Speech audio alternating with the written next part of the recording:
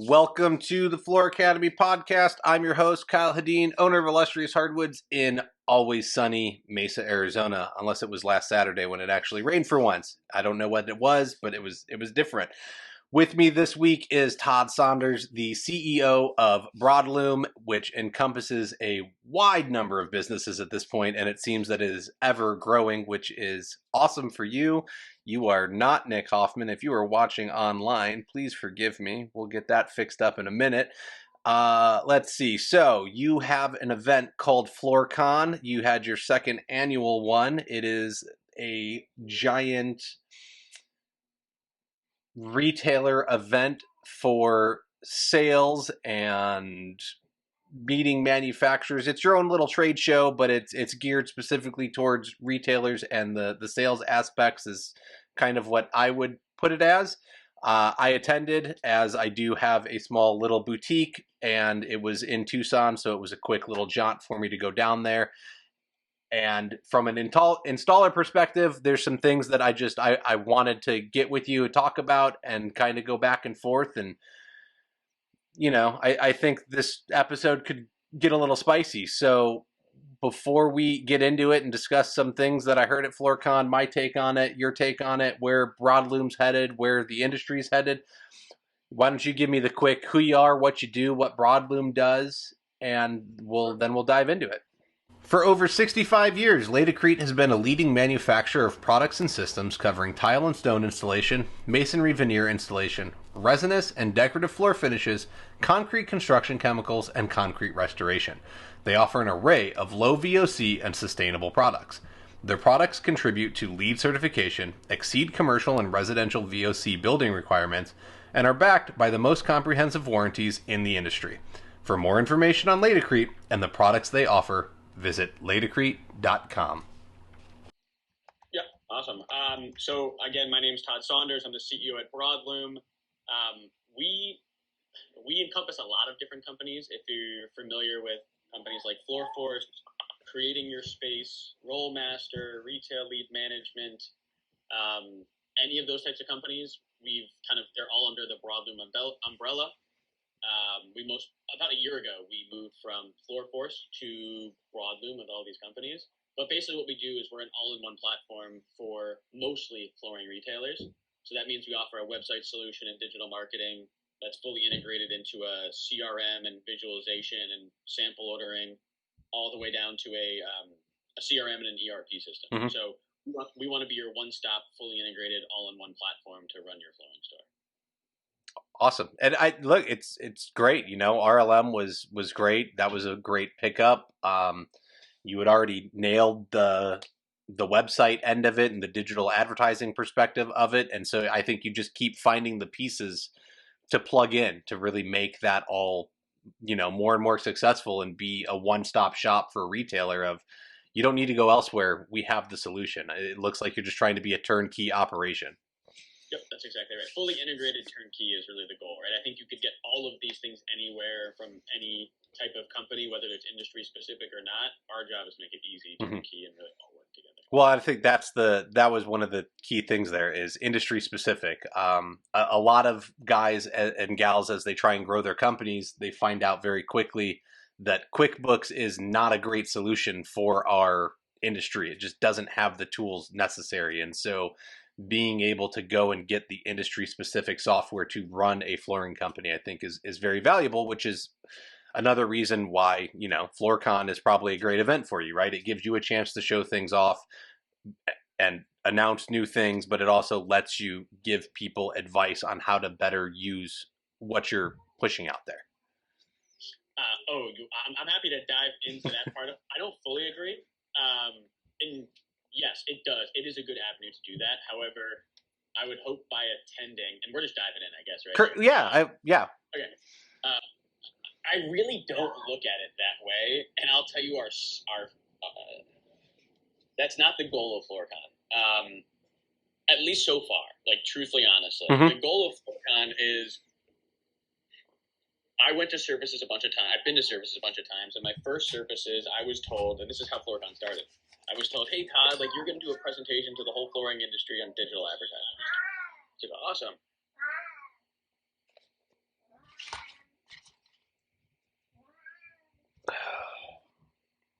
give this whole presentation, and I spent a lot of time really trying to figure out how I could help the flooring, anyone that wanted to generate leads in the flooring industry, generate leads on Google. And I remember I got to services and I was stunned because where I come from, in the tech side, a conference is like Dreamforce, where you sit down and you watch presentations and you learn and then you network. I was never used to, I think, what a flooring show is, which is you walk in and there's vendors everywhere, right? I think they both have a purpose, vendors everywhere and content and networking. But when they told me, oh, there's content and there's going to be networking and you're one of the speakers, I expected something a little bit more than what happened. So I got there and I was like standing on a step stool. They said, here's your step stool. There was no screen TV behind me. And there was like two people half standing there, half paying attention, listening to the presentation. And I was like taken off guard of where's the content and where's the networking. So with that in mind, and knowing that a lot of us came from more of the technology side, we said, how can we take the best parts of that and the best parts of the conferences we've been to and really give retailers a place to meet each other? And I want to say retailers, the flooring industry, a place to meet each other and hopefully learn something. But let's make this about content, not about the flooring products you're supposed to go feel. So there's no directive internally of like, and you didn't see it at all. Like at any of the main stage presentations, there was never like, let me walk you through Rollmaster. And yes, no, you're not hard selling anybody on your products. I 1,000% agree with that. I like I said, I think it's something where you can. There was the booths outside where you could go. If you wanted to learn, of course. Yes, correct. You're not hard selling anything. Now, granted, you had announcements of new products. Yeah. Right, but it's not. You're not hard selling the whole time. So I agree with you from that. Like it's very educational. Correct. And listen, at the end of the day, by us being educational, obviously helps our brand. It's a little bit more altruistic than that. It helps the industry. I really believe that. And obviously helps our brand. But if we could be attached to something that helps the industry and the industry can win and we can win, then yeah, of course it helps us. But that's not really the only reason we do it. Well, look, if that was the only reason you were doing it, you wouldn't be still doing what you were doing. Like that I truly believe. If your motive is purely profit and money, it's not going to work. I've talked about it on the show before. Like if you put people first, then you'll get the reward on the back end. I live by that mantra. I'm taking us a little off topic here, but like one of my I spend a lot of my energy, mental energy, physical energy, really thinking about how we can all move the flooring industry together. And I try to make myself as accessible as possible. I think I've talked or been on Facebook or Facebook messaged with someone or texted 3,000 people in the flooring industry at this point. I mean, we talk over Facebook, right? Yes. I've met a ton of people that way. And my thoughts are that the industry has to be more accessible, right? We all have to be able to work together. Whereas the industry that I've seen, it's like multiple worlds living in totally different worlds that don't even communicate from installer to retailer to manufacturer, that no one talks and gets on the ground and actually like has the conversations. It's just a bunch of people in their own worlds. So I'm hoping that we're bridging the gap here as well. And I hope I am part of the reason that the industry was able to have a platform to all communicate and get better. Well, that's the perfect segue here, right? So let's do it. It's one of the things I heard, right? So what happened is you came on stage and you introduced the show and you were like, hey, yeah, everybody, thanks for coming. And obviously you thanked retailers because that's your big clientele base, right? So there's a bunch of retailers there. Thank the manufacturers, thanked the customer sales associates, right? And then you thank spouses and partners and all of that. And I'm sitting there and I was like, whoa, wait, hold on. What about a guy like me? Where's none of this functions without me. Now, granted, we may not be present, but I know that there's some retailers that started off in my shoes. And I know that I was there and I was just kind of it caught me off guard of thank you. Okay, moving on. I was like, but the industry doesn't function without the installers. At least acknowledge their presence. And I think that happens a lot in our industry. Oh, that's those blue collar guys over there. We like, ew, go away, right? Like we're just kind of shoved off as a necessity, right? We're something you have to put up with us in order to get the product dealt with and successfully used. Yeah, look, I'm going to try to take this from a few different parts. I agree with that last statement, that the installers are generally treated that. I'm generalizing, but generally treated that way. Went on stage and I did mention the installers, and I have a few thoughts around it. And this is the first time I'm even like this has ever been brought to my attention. So we're getting my live stream of thoughts. So bear with me here. I guess I'll start by saying you're right. I believe that without installers and retailers, this industry is nothing. Everything's just a widget. I think both are actually equal. Like I could sell flooring, but I could never. You could pay me unlimited money and I would never be able to install a floor. I wouldn't be able to run. So I could sell, but I couldn't install a floor. So, and I think there's people that can install that couldn't sell and educate customers, right? So I think they're equally the most important part of the flooring industry. I think everything else is a commodity. Not everything else. A lot of other things are a commodity. I agree that I left out installers and I said shell associates. Where I came from on that is a few things. One, I think about retailers, and maybe it's a bias because it's the retailers I normally work with, as the delivery mechanism post getting the flooring.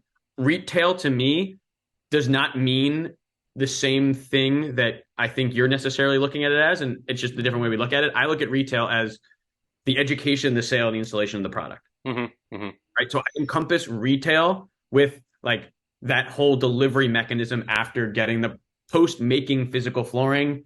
Then you have distributors who bring the flooring, and then you have retailers who generally sell, educate, and install. But those are obviously different people within the organization. So I generally think of retailers in that world. Better for worse, that's how I just generally look at it. Now I know separately from that, there are people that are tons of installers that have nothing to do with retail. Right. So I understand that segment I probably didn't talk to, but that's honestly how I look at it, like delivery, right? Because at the same time, I could also say I didn't mention, I don't know, like estimators, right? Like I don't know. It's not the perfect parallel, maybe, but I'm trying to give some parallel. Like they're important. Measuring people important. Yeah. I don't know. Okay. So from that perspective, once again, I attended the show. I wrote up some thoughts so that I could process them, and I had other options of stuff I could have done with these 2,000 words. But I sent them to you. I wanted to have this conversation, right? And so I think, and that was wise, because I knew it wasn't fair for me to just publish my thoughts without having the conversation with somebody and then figure out where these kind of lines are. So from my perspective, like I look at the retailers only the delivery system of getting the flooring from the manufacturer into the end user's hands, right? Whether I agree with you, but what do you consider like a full retail showroom that has everyone's an employee? How many of those are out? See, and this is where it gets complicated, right? So most shops are going to be running subcontracting model. And so the installers are still installers. And I guess I look at it as it's because I came up, and so I didn't go through that system. I worked for a guy that sold all his own projects. Like I never had to deal with the retailer, and then he opened his own shop, and I've essentially copied that model. Like I was like, I don't like it here. I want to go do my own thing. I couldn't find anybody that would give me what I considered fair pricing for making a phone call. I'd go sell everything, right? I wasn't using their salespeople. I wanted my own samples so that I could go sell. I wasn't going to use I would have paid for samples. Just let me have them. It's funny in my mind, though. I would consider you a retail. You would be like you're a business. I don't know. That's okay. So yeah, I cut out the middleman, right? Because I wanted to control more of my installation end. I'm looking at everything from there's the most liability in installation, in my opinion. So I'm trying to limit everything up until that point. So if I can make more profit by selling product, sure. Like, am I technically a retailer now? Yes. Do I consider myself one?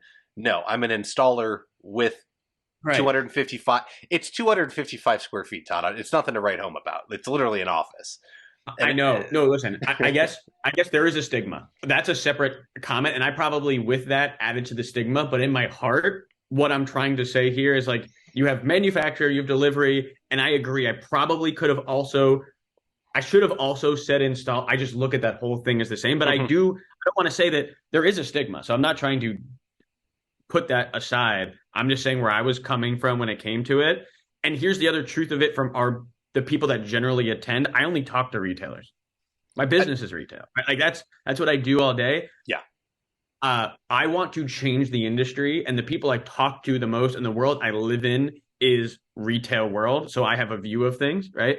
But I knew nothing about the flooring industry 4 or 5 years ago. I know a battle I can fight is to help the retailers be treated fairly. And again, to me, retail includes installation, some parts of it.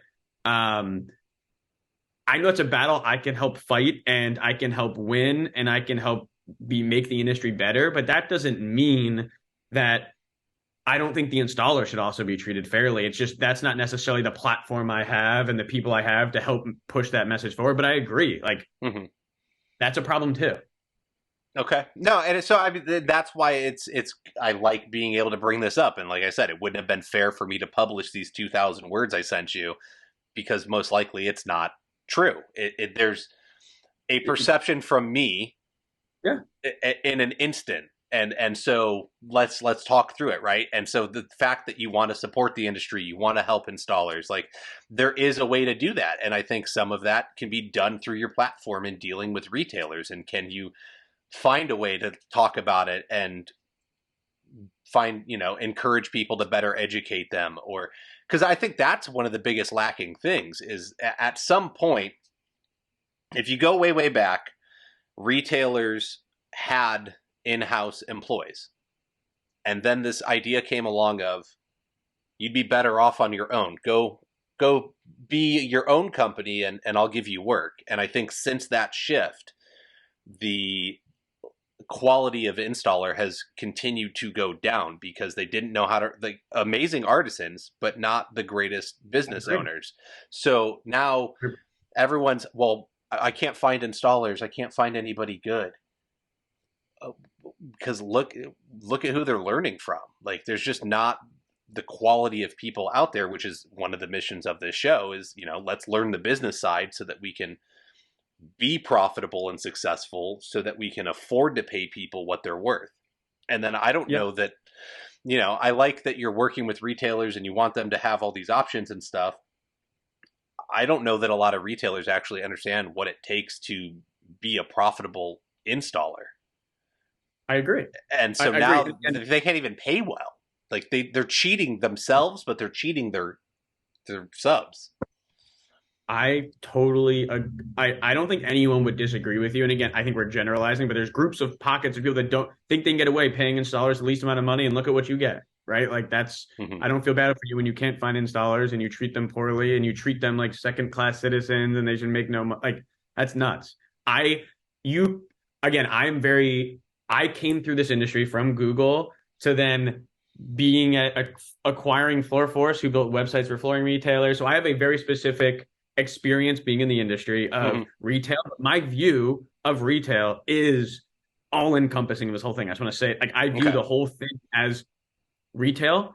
I guess the other thing I would say as well at FloorCon is there was a massive debate. I think everyone agreed in that whole room, and I got very spicy on stage, almost too much, about how the installation crisis will kill the flooring industry, right? I don't know how long it'll take, but the problem, the not having enough well-trained and certified installers that are really, really good at their job will kill the industry. Yes. And I believe it, but I don't think anyone there did not believe it. The other part of this I want to say is like, I kind of said this before, my platform is to push the industry forward and the customers that I know extremely well. And that's the platform I have. By me not doing the same thing for installers, like you see me in the Facebook groups beating the drum and really trying to fight for retailers. And I probably never mentioned installers per se in any of my messaging ever. That's not me saying that the installers are worse off or they don't deserve to get fought for. Again, I'm just trying to say this is the platform I have, and these are my customers and the people I know, and this is a battle I can help fight to push the industry forward. But I hope other people who are like, he's not talking about me. That's not because I don't like or appreciate or think that that's a problem too. It's just that's not the platform I have. You have a bigger platform to push installation forward than I do times 100, right? Like that's not the people in the audience I have. That's just not. But I'm trying to do good. So like, I hope at least like trying to do good. That's all that matters. Well, and that's why I want to get it out there, right? So there's there's all kinds of crazy talk. So I think bring up the crazy talk. We'll mention it. So there's this classic divide. I think that it's I'm an installer and you're a retailer and we're gonna butt heads, right? And so I 100% agree with you that there does need to be this coming together, but I think this is the conversations that need to happen is like this one right here, where we're discussing it. You're not necessarily trying to leave anybody out, but none of this gets fixed without the entire industry coming together. The manufacturers, the retailers, and the installers are all going to have to work together to fix this installation crisis. Now, I fully believe that it needs to be installer-led, and that we need to make the biggest contributions, but we need the support from the other 2/3 of the industry in order to make it happen. There's funding that could be put in place from manufacturers. There's business lessons that could be taught from retailers because they've been doing it longer and probably slightly better.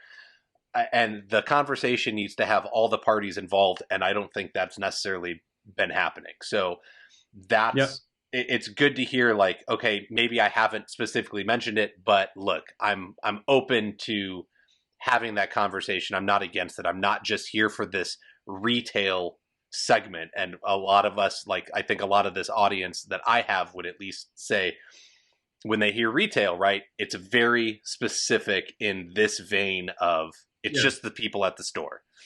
And call me naive, but I come in from a different background. And to me, I know I don't want to come off as like naive saying it's one of the same. It's not one of the same. But to me, it's like retail, install, sell is like a cluster of the part of the network. But I listen, I don't come up with I didn't come through the flooring industry with the pre-connotation of this divide. I'm starting to understand the divide more and more. But like, to me, there is no divide. Divide's bullshit. Like, we're all together. We're all trying to figure this out. So I'm not jaded about the divide. Like, there is no divide to me. But I get it. Well, and so, I mean, I get an interesting perspective because I came in 7.5 years ago out of reality television. So I come in and I'm like, wasn't raised as an installer. And so I have the unique perspective. And I think that's where a lot of the shows come from too, is that I can come in at the industry and I get a 30,000 foot view that someone that's been in it for 20 years doesn't get. And you got that same advantage as you came in and you were like, well, I know Google stuff and I know websites, and here's this company over here doing flooring websites. Like, why not? Right? Like, let's do that. So you can, but you can, from that perspective, you can take it anywhere you want because you haven't been involved and been told like this is the way it is. And we can talk about the, people talk like, oh, there's a good old boys club, or there's this mafia. And so that was another comment that I was like, oh, I don't know, that's kind of iffy. And so somebody came to you and they were like, oh, Todd, thanks. Like, you're taking down the old school flooring mafia. And then you got up on stage and you were like, well, I'm not taking down the old school mafia. I'm creating a new one. And I was like, but if it's not all encompassing, I don't know that I want this new mafia. Yeah. That's a fair way. It could be, it's a very scary thought when you look at it from the old school flooring mafia that, currently exists. Your thought process is if there's just going to be another old school flooring mafia that's forming at some point. Right, is basically what's happening. Like, listen, that's interesting. I didn't necessarily. That's not what I meant by any stretch. I meant more. This industry is controlled by a group of people that have their tentacles everywhere, and it is extremely political and slows us down. And that ranges from installers to retailers to manufacturers. There's a good old boys club that controls this industry politically, behind the scenes, and everything. That mafia needs to go like immediately. And what I meant as the new mafia is everyone else. Everyone else. Like we have to overthrow that and we have to start this over because they are limiting everyone in this industry from success. And sitting in their ivory towers or knowing how much money they've made over X amount, they don't want things to change. But of course they don't, because they're getting oodles and oodles of money and it's working for them. But how about everyone else? So I don't want to go create another. You're right. Mafia is probably not the right word, although for the dramatics, it worked pretty well for like the presentation, right? But I get it. I don't want to create a mafia. If a mafia is considered a small group of people, I want to create the everyone else. Everyone's invited to the new mafia who's not part of the old mafia. Everyone has an open invitation. Like I'll invite them in, but they need to participate by the new rules, right? We're all in this together. So I want to create a new. I don't want to create a new. I want to revamp the industry, right? Like let's take some of the good, leave the bad, and continue to build it. I think that's what you're after. That's what I'm after, right? And that's why this conversation need to happen. I've never gotten the impression that you were a bad guy, but I could have been left with a very sour taste in my mouth if I just took those comments at face value. Yeah, that's totally fair. And listen, you're giving me perspective, so I appreciate that. And you saw it on stage. I say how I feel deep in my heart. Now, sometimes is it the most articulate? Is it rough around the edges? Like, yes, I'm from New York. We say it like it is. Comes off and probably offends. Like, I mean, I've dealt with that my entire life. I will probably offend 10% of the people, but not mean it, but probably say it in the wrong way. And 10% of people will really appreciate it. And then I have like the other 80%, which, can swing in either direction. But listen, I also think there's a bigger thing happening. Not bigger, but on a more macro level of if you think you went away with that upset, there's a lot of people that went away with a lot of things we said that are upset. And my view of it is we're just trying to do what's best for the entire industry. And to do that, you have to say things and that everyone wants to say or hear. And if you want a revolution or you want disruption, you're going to make 20% of people mad always. You're not allowed to use that word, though. Don't use that word. Disruption. Revolution. Of course, yeah. Todd doesn't like that word. He's not allowed to use it anymore.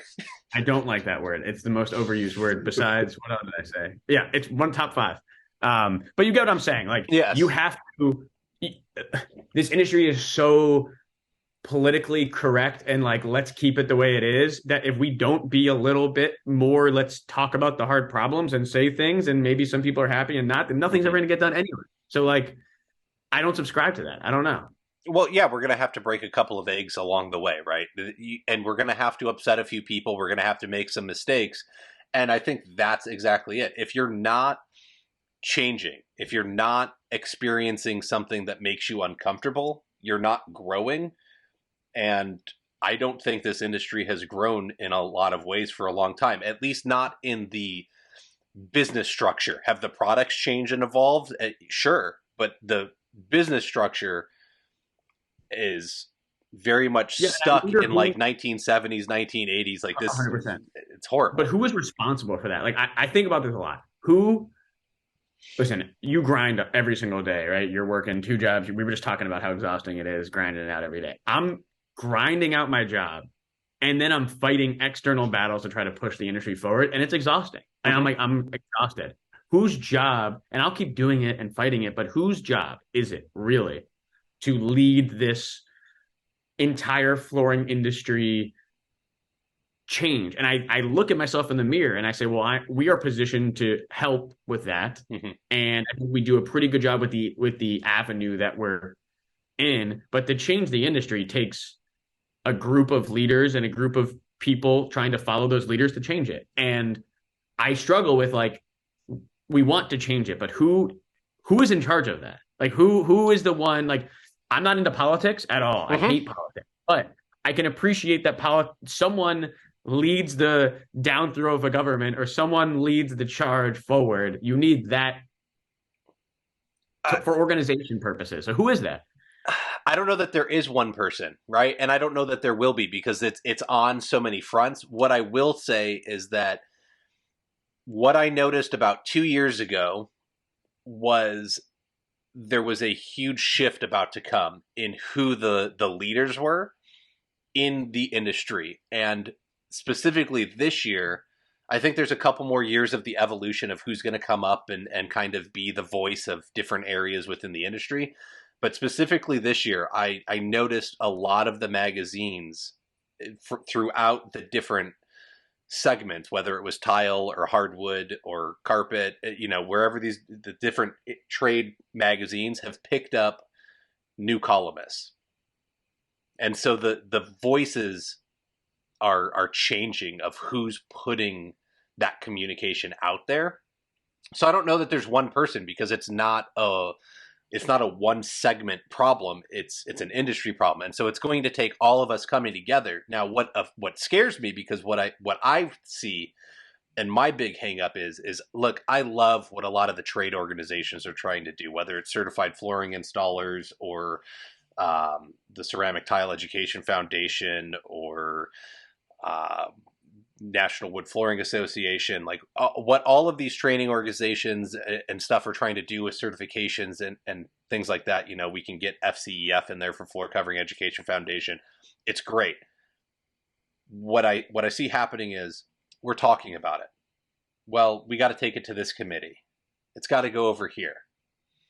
And I think that's the downfall. So the voices need to come together, and then it needs to be like, okay, we're going to go do it.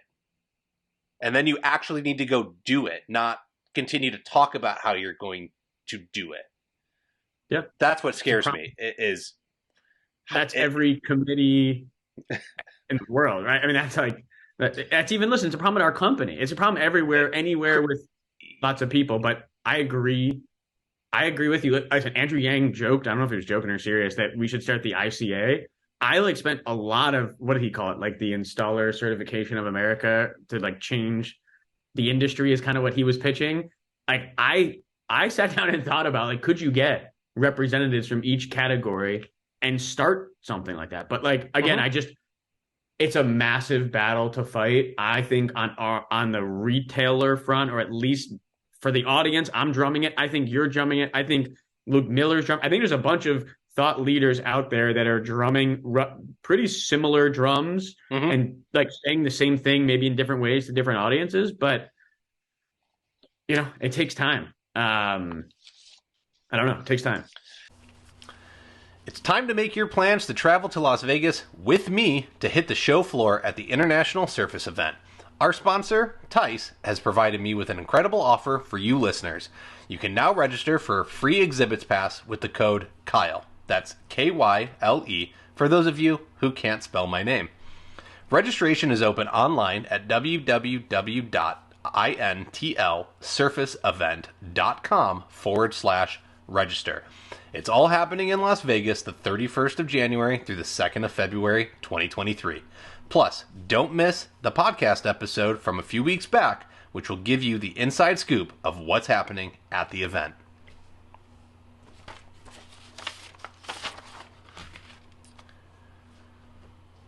Homeowner tenure is at an 8-year low, with the average length of ownership being 6.31 years.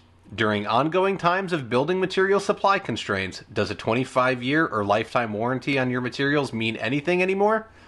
John's Manville Go Board offers a limited 10-year manufacturer warranty on all of its products and a list of approved alternative products covered under their warranty. Don't hold up your job because you can't piece together a full system. Visit www.jm.com/GoBoard for more information. It does. It truly, truly does. And it's happening. It's slow. And the problem is it needed to start 30 years ago. So now that it's just the position we're in, and it's going to need a solution. And I think it's coming together, right? And so one of the things I pitch is I think there is this battle between installers and the retail store owners and the employees inside of them and the salespeople. And it's like, they get mad because they don't understand, right? It's frustrating. Like if I worked for a store and my jobs were constantly under ordered or anything like that, I would be like, why doesn't this salesperson have to come out and learn what it's like to install? Come hang out with me for a couple hours, right? But then on the reverse side, why don't you get a light day and then you go hang out inside the shop and see what it's like to be the salesperson, right? I'm a better salesperson because I understand when I go out to my client's home and I bid it, how the install works. But I had to learn the sales skills on my own. There wasn't anyone to teach me. And so there's a good trade that can happen there. And then you're only going to strengthen your installer, but you'll strengthen your sales associate as well because they have a better understanding of the industry. So I think there's information that needs to exchange there. And is there a way that we can have, would somebody at the retail shop be willing to give business classes, right? If a subcontractor was truly interested in running a better business, because I think that's something that's lacking is they just think, oh, I'm just a subcontractor. I'm just an installer. No, you're not. Right. You had to go open an LLC. You have a business, learn how to run a business. So this information needs to be brought up and talked about. And I don't think it is. And so if we can get that conversation going, it'll make the trade more lucrative and go a lot smoother, which then should make the trade a little bit sexier. So now we can attract better talent in, because nobody wants to do it right now. Because why do you want to work for me for 15? The problem is a lot of guys are wanting to pay $15 an hour, but I can go to McDonald's and make 15 and I don't have to work hard. I can stand there and flip fries in a basket. Why do I want to move 45-pound boxes of flooring and get yelled at for $15 an hour? Yeah, no, that's true. And again, it's interesting. We come from two different angles. You come at it again as like there's two businesses. There's the retail business and the installation business. By calling it subcontractors, like I look at it as one unit, and it's probably there's different ways to look at it because there's different groups of retailers and who use subcontractors, who use employees, whatever. My analogy is like I run a business. My account managers who talk to customers need to work with my product team who builds product. Very similar to I'm a retailer, aka account manager, and I'm an installer. I make the product. You should probably be talking so you know what you're talking about. My company. Account managers should probably be meeting with the product people and the engineering people so they understand what's happening. To me, it's that simple. It's super naive, but like, yes, you want to run a good business, you should understand how to sell and talk about the products, but you should probably understand how they're made to talk about it in the right way. But I, again, look at it as if you don't run your store like that or your business like that or your installation crew like that, well, then you're just a bad business or a bad subcontractor. I don't look at them as, again, I don't look at them as two separate businesses nudging. I look at them as like one, the business. Like that's the business. Whatever the business is, it's the business. And it should be. You're exactly correct, right? If the system and process encompasses all of it, then a true business would have the systems and processes processing this. And I think that's where the breakdown is I think there's a lot of... Let me ask you a question. Yep. You brought up something that I'm just curious. Like, so let's say you have like in my situation, you're a retailer with installer employees. Again, I look at them all as one unit, but let's just say it's employees so I can get past the different business for a second. The salesperson says, they say, hey, all salespeople need to sit with the installation people so that they can learn how to sell the product. Fine. You're then counter said, and all the installers need to learn business from, or like selling from the sales associates or the retailers. I think the pushback you get from retailers, or the reason that like isn't so equal back and forth, is I can understand that it's scary as a retailer if you train your installer how to run a flooring store and then they leave you and start a flooring store. Right. And maybe that's bias and maybe it's a bad mindset, but I just think that's if you were to ask a bunch of retailers that question, that is sitting in the back of their head whether they want to admit it or not. So how do you... Correct. And I don't want them to learn how to run the flooring store. I want them to learn how to understand their numbers, right? They need to know what it costs to actually go out and start their truck up for the day, which, once again, it's why this podcast is here. Why does the retailer want the installer? Why does the retailer... I'm sorry. I agree with you. How do you keep the installer successful if he doesn't understand what it costs him to run his business, right? When a guy graduates from being the apprentice and the guy kicks him free or he decides to leave and go out on his own, no one ever taught him this stuff. And let alone, there's enough work. Y'all are begging for installers, so what's it hurt if they become a little more successful? So, and I don't want them to necessarily learn all of it. It's more of like, I want the installer to learn that the salespeople have troubles too. Dealing with the client's difficult on that end. And so when a mistake happens on an order, like there's a reason why. What's it like to actually have to walk them through the showroom? Because they think, oh, they just come in and they say, I want that, and then they order it, right? So there's this perception of the grass is greener on the other side, and it's not. So I just want that understanding to be there. But why do I want retailers to help a subcontractor run a successful business? I know because why you want. If the subcontractor is successful, you're more successful. So why are we holding it back? It goes back to this gatekeeping of like this industry, and I have to look out for me. Yeah, but again, you're looking at it as two businesses. I'm looking at it as it's all one business. If it was an employee, well, then I don't know that so if it's not subcontractors and it's in-house employees, which I think a lot of retailers would be better off going back to that model. I don't think you need to be taught how to run the business, but if someone was interested, I would want to teach them, because if I don't think they can be as successful as an employee. I have to understand how your business operates 100%. So I can own it better and help you move it forward. And then if I go out on my own and say, I want to try this out, I can compete on the same level as you, as opposed to bringing down the market. And that's where I look at this from. I don't know. I think the quality of installers has gone down because they don't know how to do this. And so they don't know how to charge appropriately. They don't know how to train properly. And so it just keeps getting passed and on and watered down and watered down. I would be very scared to have in-house employees and not make them go get training and not talk to them about how my business operates and the numbers work so that they could be more successful. Yeah.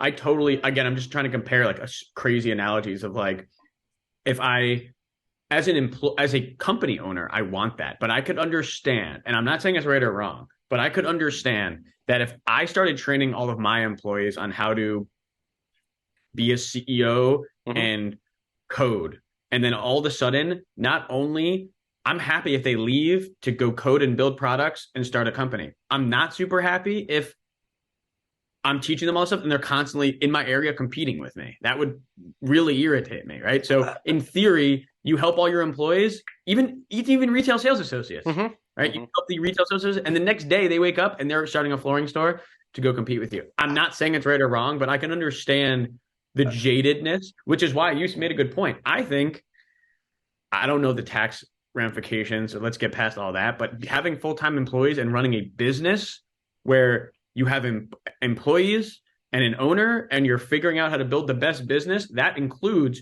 trainings and cross-functional, that's what we do. Like, that's why, again, call me naive. That's a business. That's what we do. We have engineers who build product. We treat them amazing. They talk to our account managers who sell product. We're not two different companies. We're all one company fighting the same thing to deliver great technology. Why can't the store, the company, whatever it is, have a salesperson, whether there's a store or not, a person that sells and installs, a person that just installs? That's a company. Like, I just look at it the same. I don't look at... Yeah. Well, and I think it needs to be more encompassed. You're right. There needs to be the same thing going on. Why are there no full-time employees? Is it because it's impossible to get people, and it's my theory is that it's been sold so hard that you are better off as a subcontractor because it's more lucrative. You'll get piece rate. We'll pay you this, right? You're going to be able to be so much quicker, and you can be your own boss, and you'll make way more money.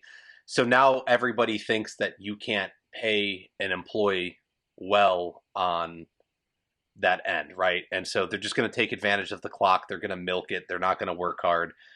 But once again, this comes back to maybe you need to hire the right people. So this was what I had.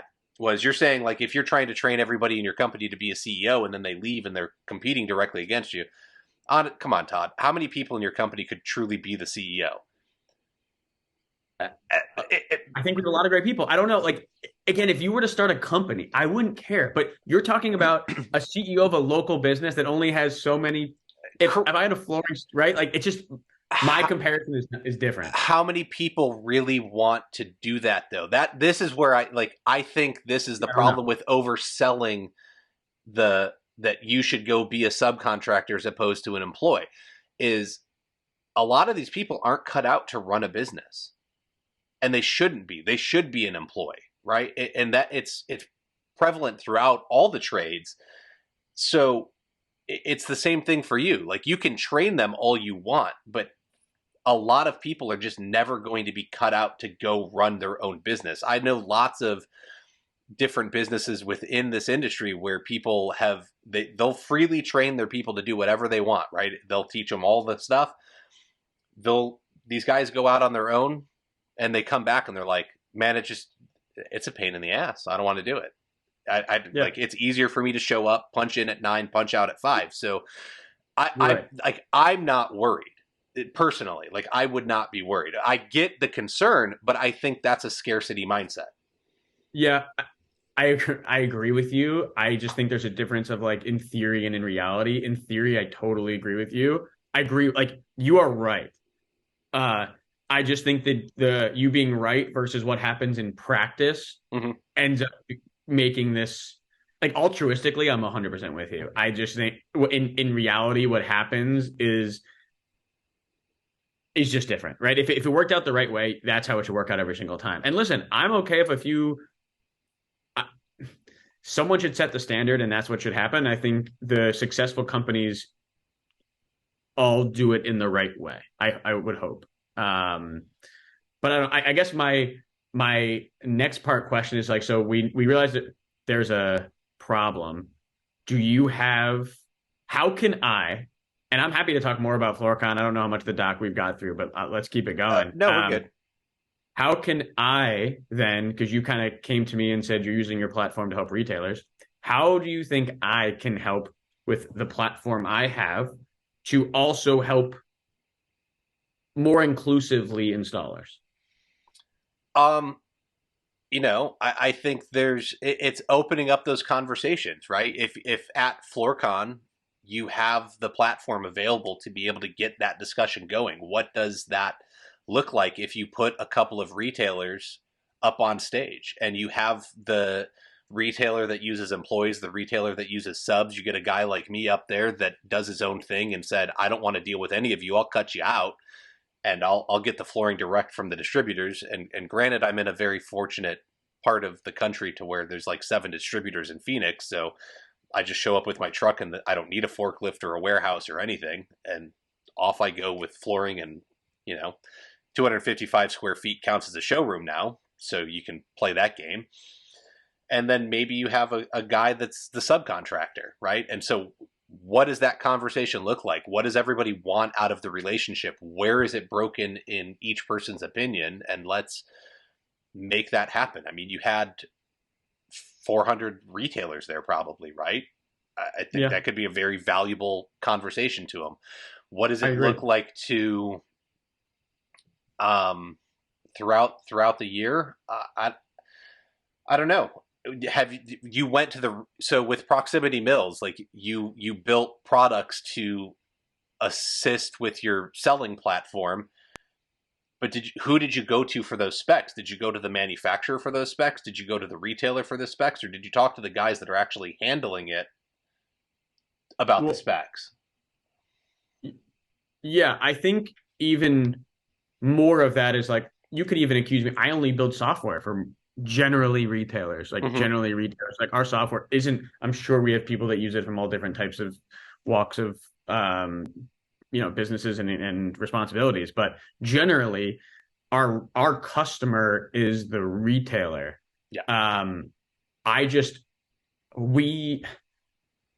Our platform, like, that we have, and the platform and the voice and the brand we have, I think is mostly to retail. So you go to that, like FloorCon, for instance, there was probably 3% of the audience, which was retail. And we probably have 1% of our install. And only 1% of our customers are probably installers. So, like, it's a catch-22 because listen, there's the altruistic super part of me that I wish I could create a committee that pushes the industry forward. There's the other part of me that says I want to do that with as much of the time as I have, but I also have a business I have to run. Mm-hmm. And the business I have to run is also my platform of which listen and I'm important to and I can communicate to. Me trying to use our platform on the installation side as well could, it's just not, we don't have it. Like I don't have the platform. We don't have the audience. It's just not the world we're in. I'd love to find a way in the world, but like you have the audience that needs to hear part of the message, though, right? That's what I'm saying is, so this retail segment, if you look at it from my perspective, where it's divided, you can reach that side, right? And I can reach this side, and we need to find a way to get them talking together. Because I truly feel it's divided. Like I know, once again, you've stated multiple times, right? You look at it as it's all in one. I don't think that's how it functions in this industry. I think there is a divide of it's manufacturer, retailer, installation. yeah, It's three segments, and so we need to find a way to bridge this gap and get them communicating. So is there a similar FloorCon-esque thing, but specifically for installers? Not that there's a event for guys that do what's called mud work. So they mix up some like cement based stuff and they make showers and whatnot out of it. It's super low key. It's held in Idaho at this point, and maybe like 100 dudes show up, but they just get together and they sling some mud around for 2 days and drink beers, and it was really cool, but it was like super low key event. So from that perspective, I think there's some grassroots stuff kind of happening, but no, I don't think there's any like major event, right? I have to go to surfaces, or I have to go to coverings, or I have to go to FloorCon, or I need to go to NWFA Expo for hardwood stuff. There's not installer specific events unless I go to a training. And if I go to a training, I'm getting technical knowledge. I don't always need technical knowledge, right? So I can go meet, I think Surfaces is getting better about the content they have and the educational things they offer. They got the installation competition. I think things are changing. But no, there's not a specific event. Would I like to do stuff like that? Yeah, I've looked into like what would it look like to try and host like a weekend retreat 3-day conference kind of thing. I don't know that I can pull that off on my own yet, and then get installers there where we talk the installation business and we make it focused on just a more informative event. We leave the technical aside because you can get that anytime. Yeah. Listen, if I had a way to get, if I had a real, in the world that they're different, if I had a way to get more installers to FloorCon, we would make the event more well-rounded and we would be the platform for that conversation, right? I think we could do that. Mm-hmm. But it's just like, we don't have the platform, right? I don't have the platform, even if we wanted to make FloorCon that thing where like, a huge part of it is the networking and the meeting and the breaking of bread of retail and install and pushing the industry forward. Altruistically, I'd love to do that. In reality, like for me to go get a couple hundred installers there is not the platform I have, or not the platform that our company has to get people there. So I'm open ears to next year. If you think there's a way where I'm happy to use FloorCon as one of the platforms, and there's a way to get a real amount of people from the installation side there, we can change the content up a bit and how we do things to create a productive conversation around topics at mind. It's just not the platform we have. I mean, right well, now. so I'll disagree with you there because I think you have a lot of installers in your Beat the Box Stores group. And so you do have the platform to reach them, and then we can put it out in the other groups as well, right? We can get in Global Tile Posse and Flooring Installers of America and Real Masters of Hardwoods, and like I think this conversation can exist a lot more easily. Let alone we got 11 months, so I think it could be built out if that's something you're truly interested in. Yeah, I'm not even sure. No, you're right. Like the Facebook groups help, but for us, for instance, to get people signed up for FloorCon, like we pound the pavement, we use our account managers to talk to our customers, we send emails, like it's content, all of this stuff. I don't want to say no that it can't happen. It can happen. It's just we'd have to really grind it out to get people there. It's tough. It's tough. You're right. That's the only way change is going to happen. Yeah. But there's people to help, man. I'm not saying it's you and me that got to do this. We can get people. Like there's other people out there. Like if you're truly interested, people are going to hear this episode. Like come into the Floor Academy group, go in the Beat the Box Store group. Let Todd or I know. Like, yes, I would love to have a different event where installers can get involved and voice their opinions, and like we can talk about some of the hot issues. Like put it out there, people. Like let us know. It was it was the spiciest topic at FloorCon. When we started talking about it, it got a little testy and it got interesting. Listen, that's good. Yes. I'd like to see it more. So yeah, listen, I'm open to it. I'll think about ideas, but the more the merrier to help us, bridge this gap. And I know you're probably running short on time. So there is one other thing where I've heard comments that big tech is trying to take over the flooring industry, and you came from Google, so you're big tech, Todd. Yeah. Ease my pain here and my scary, like, oh my gosh. I will stand for I have till 6:35, so we have 7 minutes. Can you give me context in what this is about? Like, we're big tech, which we're not. Okay. Like look at our team. Like we are the opposite from big tech. But in what context are we being positioned as big tech scary? Well, so I mean, I guess, right, you're taking all the software, you're putting it into one package, and now you have a lot of people would look at you as a buying group with Proximity Mills. So not only are you finding a way to make all of my sales happen, you're going to provide me with the flooring. And so all of this, I don't even know if you're taking venture capital. I don't know your business structure, right? But essentially, I think what I've seen talked about is the fear that, people are coming from this software tech company side out in Silicon Valley, and they're going to bring in all this venture capital funding, and they're going to find a way to completely shake up the industry, buy it all out, make it what they want it to be, and we're going to lose control of it. And I don't see that personally happening. I think they sound like nutters, and they should be wearing a tinfoil hat, in my opinion. Yeah. Listen, we're just a software company trying to build tools to push the industry forward. Like, first of all, I think the connotation of big tech, like, let's talk about what big tech is. Big tech is like Google, Microsoft, Amazon with like 100,000 employees. So I'm appreciative of big tech, but that's just not us. We're 170 people and like all over the country. That's like not big tech. Number one. Number two, big tech in terms of Google and Facebook and this negative connotation, they've done some great things for the world, right? Like, where would we be without Google? Where would we be without Facebook? Where would we be? They've done some bad things at the size they're at, but they've done revolutionizing things for this country. And I would say it would all be net positive of Amazon, Google, what they've done for the world and the innovation they've done. We are very simply building software to help people make more money.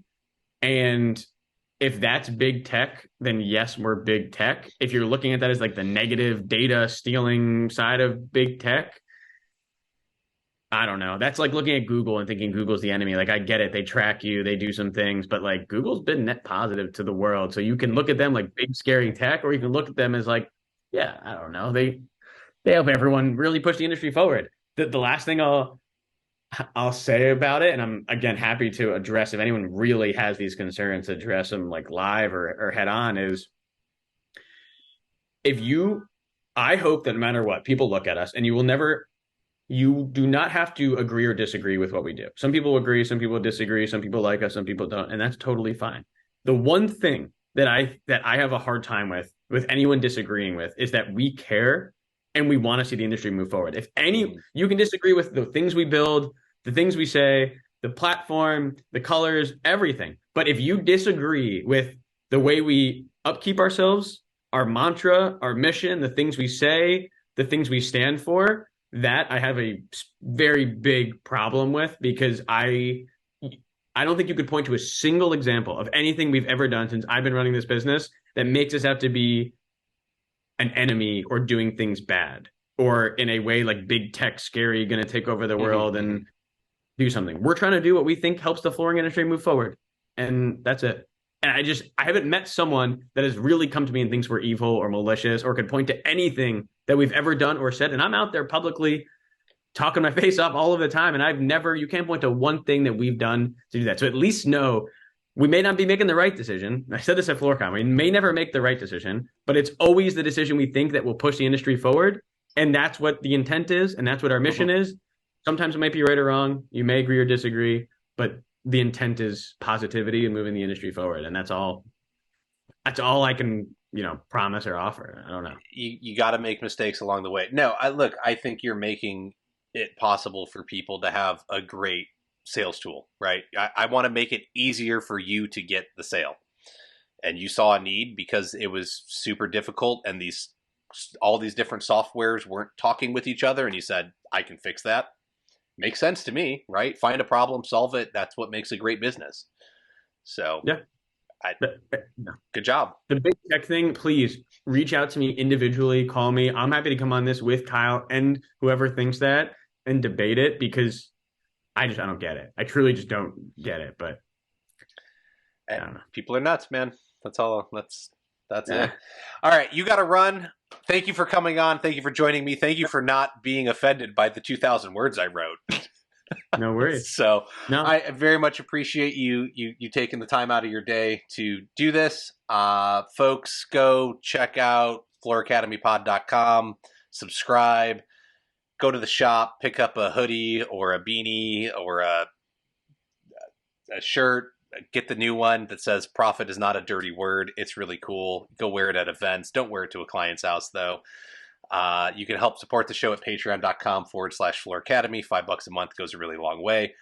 Thank you to the sponsors for their support.